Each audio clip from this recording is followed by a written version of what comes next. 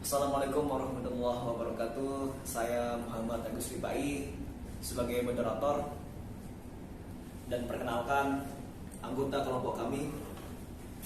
Ada saudara Kholisur Rahman, Mardhanil Royhan Widodo, ada saudara Mahendra Ananda Putra, dan saudara Muhammad Ainul Najib. Pada kesempatan kali ini kami akan menyampaikan materi pada bab 6 tentang teori struktural dalam memahami perubahan sosial. Para sosiolog diantaranya meyakini bahwa realitas perubahan sosial bergantung dengan kondisi struktural masyarakat. Masyarakat dianalogikan sebagai sistem yang di dalamnya memiliki struktur serta unit-unit atas bagian-bagian yang saling bergantung. Untuk penjelasan lebih lanjut akan disampaikan oleh saudara Mardhanil Royhan Widodo. Kepadanya dipersilahkan. Baik, terima kasih kepada moderator yang sebelumnya telah menyampaikan. Saya akan melanjutkan pembahasannya, yakni teori struktural. Teori struktural memiliki dua wajah sekaligus dalam menjawab dinamika struktur masyarakat dan perubahan sosial. Wajah pertama mengatakan komponen dalam struktur saling bekerja dalam kesatuan yang saling mendukung. Kelompok ini melahirkan teori struktural. Sedangkan wajah kedua, struktur adalah komponen di dalam struktur yang memiliki perbedaan dan pertentangan atau hubungan antagonistik, di mana dinamika hubungan antagonistik tersebutlah yang menentukan perubahan sosial. Pandangan ini melahirkan kelompok struktural konflik. Teori struktural fungsional merupakan teori yang berada pada tatanan makro yang menekankan analisisnya pada pertanyaan dasar seperti yang ada pada masyarakat yang bersatu. Bagaimana dasar dan landasan keteraturan sosial dipertahankan, dan bagaimana sumbangan tindakan individu dalam menyumbangkan pada masyarakat secara sadar maupun tidak sadar untuk mencapai tujuan kolektif perubahan sosial tersebut. Jadi, unsur struktural dalam suatu sistem sosial ditandai dengan 4 ciri, yakni pertama itu batas, yang kedua komponen, yang ketiga itu kebutuhan, dan yang keempat keseimbangan atau equilibrium. Dengan adanya batas ini, maka dapat diidentifikasikan bagian atau komponen yang menjadi sistemnya. Sebaliknya, jika ada satu komponen saja yang tidak berfungsi sebagaimana mestinya, maka akan berdampak pada bagian komponen yang lain. Dan agar komponen dapat berjalan secara fungsional, maka kebutuhan harus terpenuhi. Jika semua unsur terpenuhi, maka terbentuklah keseimbangan, di mana tujuan perubahan sosial masyarakat akan tercapai. Menurut Derrida, teori struktur fungsional ini memiliki beberapa asumsi teoritis, yakni setiap masyarakat terdiri dari berbagai elemen yang terstruktur secara relatif mantap dan stabil. Lalu yang kedua, elemen-elemen terstruktur tersebut terintegrasi dengan baik. Lalu setiap elemen dalam struktur memiliki fungsi, yakni memberikan sumbangan pada bertahannya struktur tersebut. Dan yang terakhir, setiap struktur yang fungsional dilandaskan pada suatu konsensus nilai di antara para anggotanya. Menurut Densa tahun 2005 pasal 170. Teori ini menekankan pada 4 aspek. Yang pertama, masyarakat tidak bisa bertahan kecuali anggota masyarakatnya memiliki kesepahaman dan memiliki kesamaan persepsi. Yang kedua, setiap bagian atau unsur dalam masyarakat berkontribusi positif terhadap keseluruhan sistem sosial yang berada di sana. Yang ketiga, komponen yang saling melengkapi atau komplementer ini terintegrasi dengan saling menopang satu sama lain. Jadi mereka saling bekerja sama. Dan yang terakhir, masing-masing komponen ini berfungsi secara proporsional dalam mencapai keseimbangannya dan keteraturan sosial serta perubahan sosial. Menurut Usman tahun 2012 pasal 54. Berbeda halnya dengan pandangan struktur fungsional, penganut struktur konflik memiliki perbedaan tentang cara pandang bagaimana suatu masyarakat terstruktur. Menurut penganut struktural konflik, masyarakat merupakan struktur yang memiliki komponen yang berkonflik. Konflik tersebut didasari pada perbedaan antar komponen. Perbedaan tersebut didasari oleh motif, Jadi maksudnya kepentingan dan tujuan yang berbeda-beda. Menurut Dasar tahun 2005 pasal 174. Berbeda halnya dengan pandangan struktural fungsional, penganut struktural konflik ini memiliki perbedaan tentang cara pandang bagaimana suatu masyarakat terstruktur. Menurut penganut struktural konflik ini, masyarakat merupakan struktur yang memiliki komponen yang berkonflik. Konflik tersebut didasari pada perbedaan antara komponen dengan kepentingan dan tujuan yang berbeda-beda. Sekian materi yang saya sampaikan. Untuk materi selanjutnya akan disampaikan oleh saudara Mahendra. Baik, saya akan melanjutkan pembahasan dari pemateri yang sebelumnya. Konflik merupakan sesuatu yang tidak bisa dihindari dalam masyarakat, sebab dalam masyarakat ada berbagai macam kepentingan yang saling bertentangan. Sama halnya dengan komponen di dalam struktur yang terintegrasi akibat adanya paksaan-paksaan atau dominasi. Perbedaan kepentingan akan memberikan sumbangan pada terjadinya disintegrasi, mulai dari konflik atau pepecahan.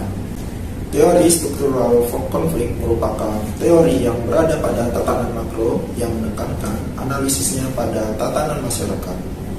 Kajian sosiologis pada tatanan struktural sosial ini atau masyarakat berfokus pada pertanyaan dasar seperti apa yang membuat landasan keteraturan sosial terbentuk dan bagaimana sumbangan tindakan individu dalam menyumbang pada masyarakat baik secara sadar maupun tidak dalam mencapai suatu kepentingan. Menurut Mahendra, teori struktural fungsional memiliki beberapa asumsi teoritis. Yang pertama, ada setiap masyarakat dalam setiap hal tunduk pada proses perubahan.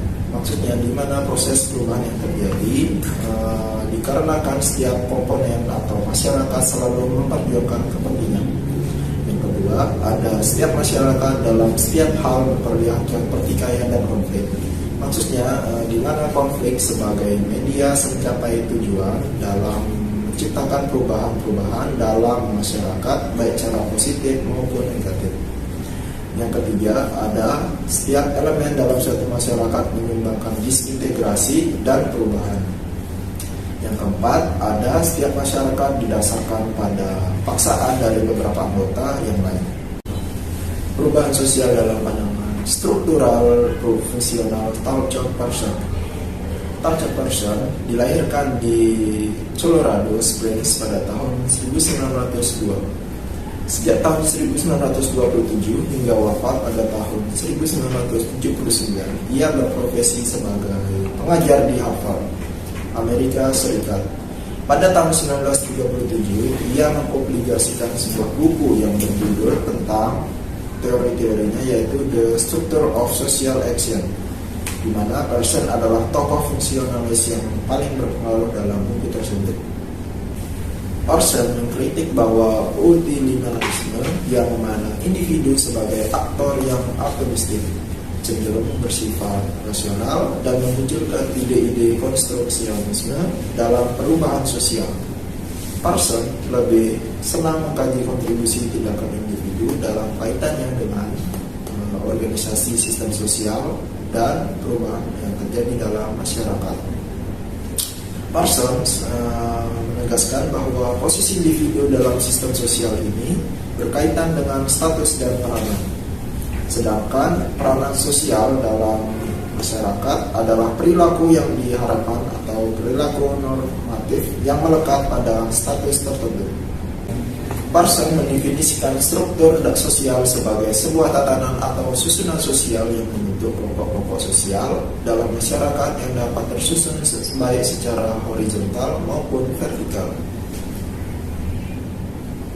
dan atau sebagai cara sesuatu masyarakat terorganisasi dalam hubungan yang dapat diprediksikan melalui pola tingkah perilaku yang berulang antara individu, kelompok maupun dalam suatu masyarakat. Tindakan individu melewati proses pelembagaan melalui dua mekanisme, yaitu ada mekanisme sosialisasi dan mekanisme kontrol sosial. Mekanisme sosialisasi merupakan proses sosial penanaman nilai-nilai dan pola kultur yang telah mapan, mulai dari nilai, kepercayaan, bahasa, simbol, dan lain sebagainya. Pada individu sebagai anggota di dalam masyarakat, proses sosialisasi mendorong lebih setiap individu untuk menerima dan melakukan kebiasaan berdasarkan tata aturan yang berlaku dalam masyarakat. Mekanisme kontrol sosial, pola pengaturan perilaku dalam upaya menciptakan keterampilan sosial berdasarkan sistem status dan peranan yang ada di dalam masyarakat. Tujuan kontrol mengganggu keseimbangan dan keharmonisan sosial dalam masyarakat. Proses ini seperti sama halnya dengan penerapan sanksi, ritual untuk menyelamatkan keadaan kritis, perintegrasian menuju keseimbangan dan kelembagaan kekuasaan.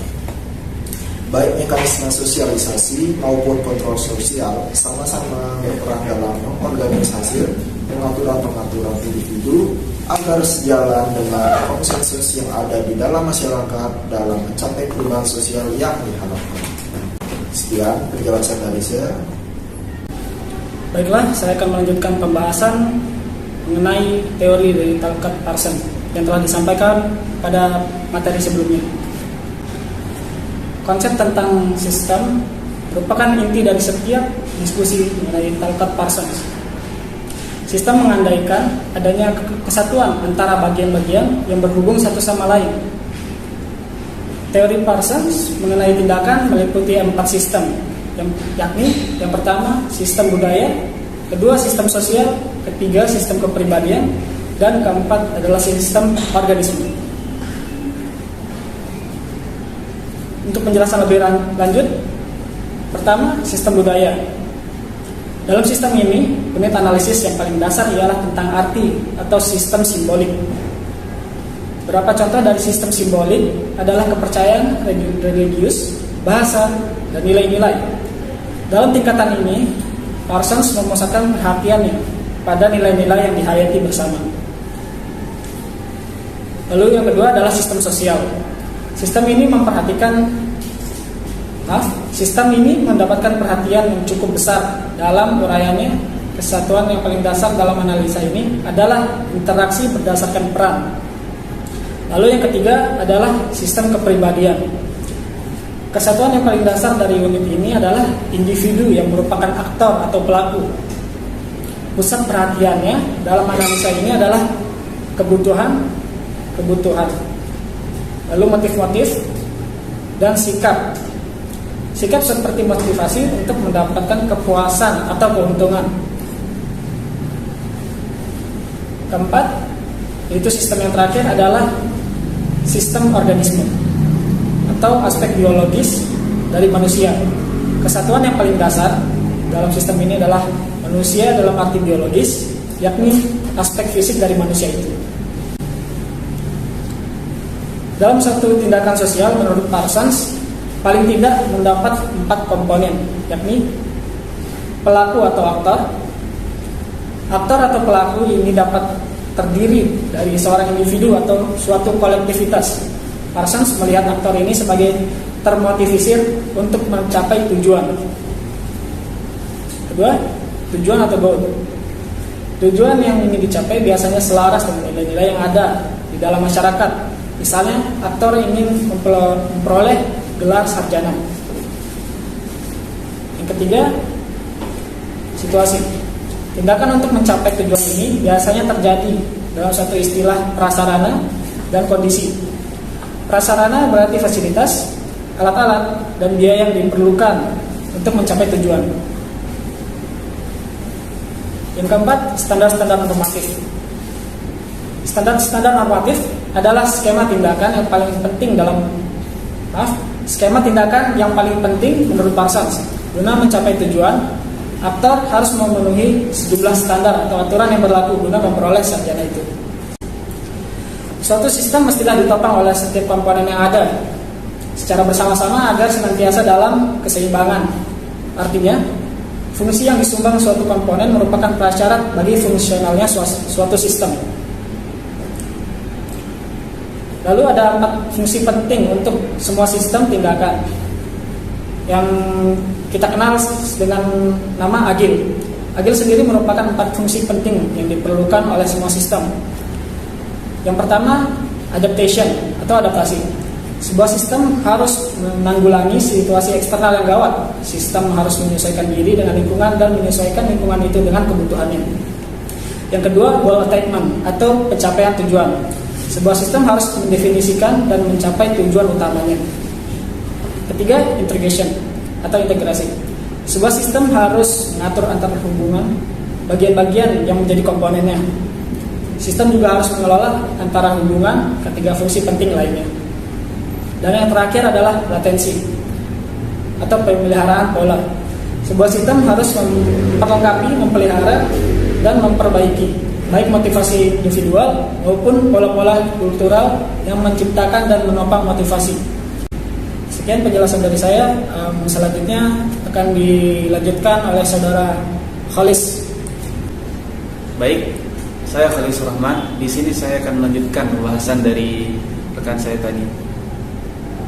Keempat persyaratan fungsional itu mempunyai hubungan erat dengan keempat sistem tindakan sebagaimana akan diuraikan pada bagian berikut ini. Sistem organisme biologis dalam sistem tindakan berhubungan dengan fungsi adaptis, yakni menyesuaikan diri dengan lingkungan dan mengubah lingkungan sesuai dengan kebutuhan.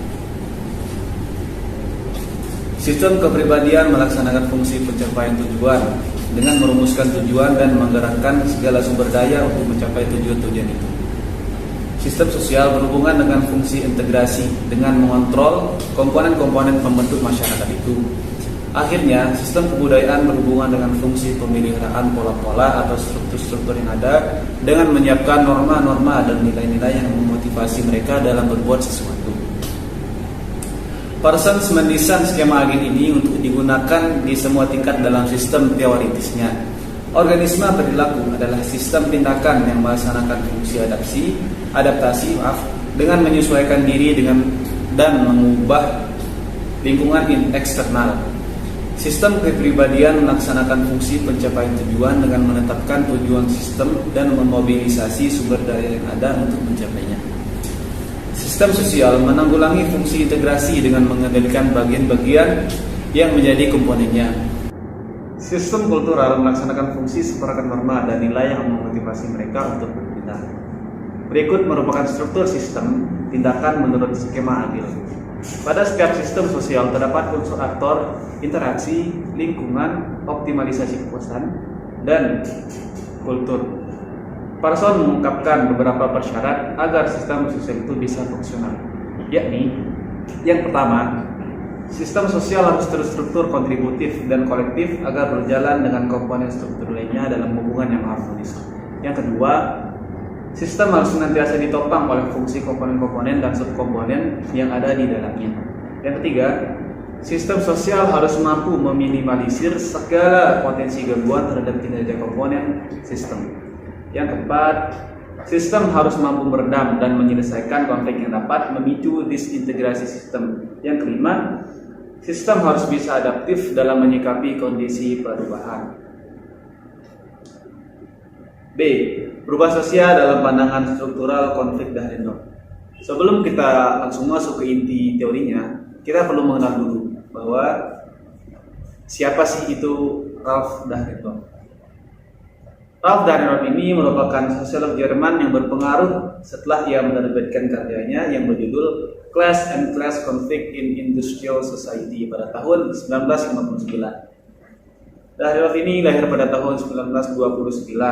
Dahrendorf hidup sejalan dengan perkembangan Nazisme. Selama Perang Dunia Kedua, Dahrendorf sangat terlibat dalam berbagai urusan politik Jerman Barat yang mendorongnya menjadi anggota Parlemen Jerman Barat. Sedangkan prestasi akademisnya ditandai dengan ditunjuk menjadi direktur London School of Economics. Dalam melihat perkembangan teori sosiologisnya, Dahrendorf ini berpendirian bahwa masyarakat memiliki dua wajah, yakni yang pertama, satu sisi konflik, dan yang kedua itu adalah satu sisi konsensus.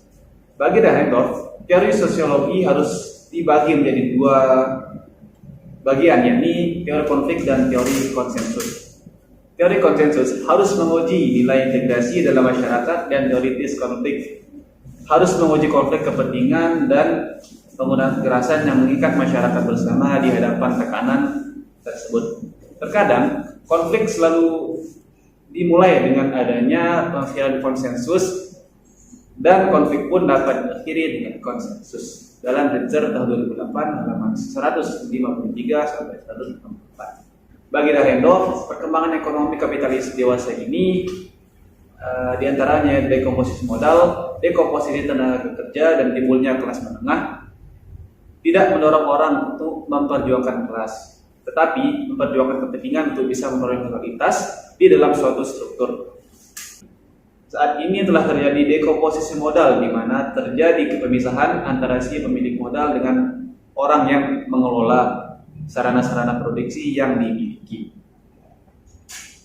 Jadi, pemilik tidak harus selalu mengontrol sumber daya yang dimiliki, melainkan mendelegasikannya kepada pihak lain. Artinya, kontrol tidak semata ada pada pemilik modal, namun didistribusikan kepada orang yang dituju sebagai pengelola. Perkembangan industri dan kapitalisme juga memunculkan dekomposisi tenaga kerja. Kaum proletar tidak lagi sebagai kelompok homogen tunggal. Seiring dengan terspesialisasinya tenaga kerja, maka kelas proletar juga terspesialisasi. Buruh dengan keterampilan tingkat tinggi berada pada posisi yang menengah ke atas, sedangkan buruh dengan kapasitas dan keterampilan yang rendah berada di jajaran bawah. Artinya, kelas proletar pun semakin terkotak-kotak dan membentuk kelas-kelas tertentu. Misalnya, pekerja rendahan adalah mereka dengan tingkat ekonomi yang rendah, sedangkan pekerja dengan keahlian tinggi yang berada di jajaran atas menempati status sosial ekonomi yang tinggi.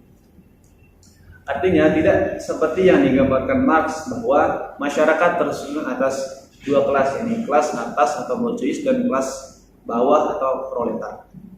Adanya dekomposisi modal dan kerja padahalnya melahirkan kelompok status sosial baru, yakni kelas menengah, sehingga potensi revolusi kelas menjadi semakin tipis. Sebab orang lebih tertarik melakukan mobilitas kelas.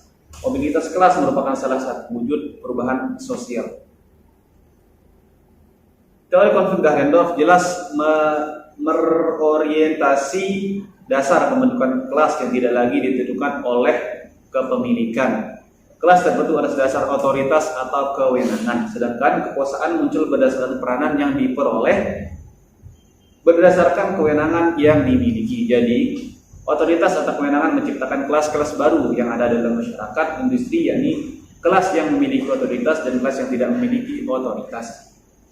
Kelas yang memiliki otoritas adalah pembuat keputusan dan kebijakan serta memiliki kontrol untuk mengatur, sedangkan yang tidak memiliki otoritas adalah mereka yang mematuhi dan menjalankan keputusan dan kebijakan serta diatur oleh kelas yang memiliki otoritas. Ketegangan, pertentangan, dan perbedaan yang muncul juga mengalami perubahan, yakni antara mereka yang masuk dalam struktur kekuasaan atau yang memiliki otoritas dengan mereka yang tidak masuk struktur kekuasaan dan harus ada perintah kelas yang memiliki otoritas. Sehingga konflik terjadi menurut Dahrendorf antara otoritas dan yang tidak memiliki otoritas. Kepentingan kelompok yang memiliki otoritas adalah nilai-nilai yang merupakan ideologi keabsahan dan kekuasaannya. Sedangkan kepentingan mereka yang tidak memiliki otoritas adalah ancaman bagi kelompok yang memiliki otoritas. Jadi, kelompok memegang otoritas adalah mereka yang mencoba mempertahankan status quo kewenangannya. Sebaliknya, kelas yang tidak memiliki otoritas adalah yang berusaha mengubah status quo kewenangannya. Sama halnya dengan bentuk kepentingan di antara mereka. Paling tidak dapat dibedakan menjadi dua bentuk, ini kepentingan manifest atau kepentingan yang disadari dan kepentingan laten atau kepentingan yang tidak disadari. Fokus utama sosiolog adalah mencari bentuk-bentuk kepentingan yang didasari yang memunculkan konflik di dalam masyarakat. Adapun konsep kepentingan laten Dahrendorf mirip dengan konsep Marx tentang kesadaran palsu. Perilaku konflik terjadi apabila kepentingan telah manifest sehingga membentuk kelompok kepentingan. Sedangkan jika tidak atau belum terbentuk, maka akan membentuk kelompok semu atau quasi grup. Menurut Dahrendorf, pertentangan kelas harus dilihat sebagai kelompok-kelompok pertentangan yang berasal dari struktur kekuasaan asosiasi-asosiasi yang terkoordinir secara pasti. Kelompok kepentingan memperjuangkan sesuatu yang memungkinkan untuk terjadinya perubahan di dalam sebuah struktur. Sebab struktur adalah arena perebutan kepentingan untuk kekuasaan. Sebab jika kelompok-kelompok kepentingan saling bertemu dalam beberapa asosiasi dan dalam beberapa pertikaian, maka semua energi yang mereka gunakan akan disibukkan dan sebuah konflik kepentingan yang besar akan terjadi. Selain faktor kekuasaan, kekayaan, status ekonomi, dan status sosial adalah di antara beberapa faktor yang menentukan intensitas pertentangan yang terjadi. Semakin besar disparitas yang muncul antara pihak yang berkonflik, maka potensi gesekan konflik akan semakin besar. Dan tentu saja di dalam masyarakat, pertentangan adalah hal yang lumrah dan lazim terjadi dan tidak mungkin dihilangkan. Hanya saja Dahrendorf berkeyakinan yang sama dengan Coser bahwa pertentangan yang ada dalam masyarakat harus diatur sedemikian rupa agar fungsional bagi perkembangan dan perubahan struktur. Caranya, kepentingan yang bertentangan harus disalurkan ke wadah institusional sehingga mudah untuk diarahkan dalam mencapai perubahan sosial tersebut. Jadi itulah tadi penyampaian materi dari kelompok kami, dan sekarang saya akan menyampaikan ringkasan dari keseluruhan materi.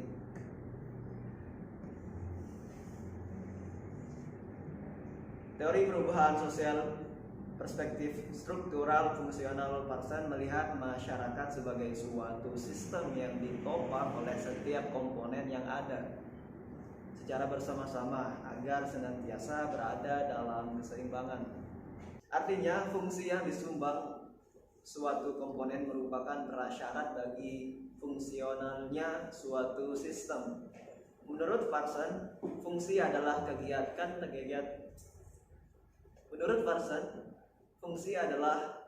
kegiatan-kegiatan yang dilakukan oleh orang dalam menyumbangkan sesuatu baik bagi komponen maupun bagi keseluruhan sistem.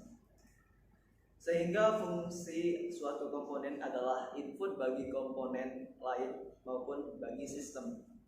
Ada 4 fungsi yang harus ada dalam suatu sistem agar fungsional dalam mencapai berbagai tujuan masyarakat dan perubahan sosial. Parson menyebutnya dengan agil atau adaptation, goal attainment, integration, dan latensi. Terorganisasinya 4 tipologi komponen sistem yang ada akan membawa dampak terhadap perubahan sosial di dalam masyarakat. Teori perubahan sosial perspektif struktural konflik Ralph Dahrendorf melihat masyarakat sebagai sistem yang di dalamnya terdiri atas komponen atau elemen yang saling bertentangan atau antagonistik. Bentuk pertentangan yang dimaksud oleh Dahrendorf adalah pertentangan antara kelompok pemegang otoritas dan kelompok yang tidak memiliki otoritas. Kedua kelompok tersebut saling memperjuangkan kepentingan manifestnya sehingga kelompok yang memiliki otoritas berkepentingan untuk mempertahankan status quo otoritas yang dimiliki, dan sebaliknya kelompok yang tidak memiliki otoritas akan berusaha merubah status quo atau melakukan sebuah perlawanan. Dalam hal ini, pertentangan adalah modal besar bagi masyarakat dalam memperjuangkan sesuatu yang pada akhirnya menciptakan suatu perubahan sosial dalam masyarakat. Jadi, konflik adalah salah satu mekanisme perubahan sosial dalam masyarakat. Baiklah, itu tadi penyampaian materi dari kelompok kami, kelompok 4. Terima kasih atas perhatiannya. Mohon maaf atas segala kekeliruan. Wabillahi taufiq wal hidayah. Wassalamualaikum warahmatullahi wabarakatuh. Kami kelompok 4 pamit undur diri.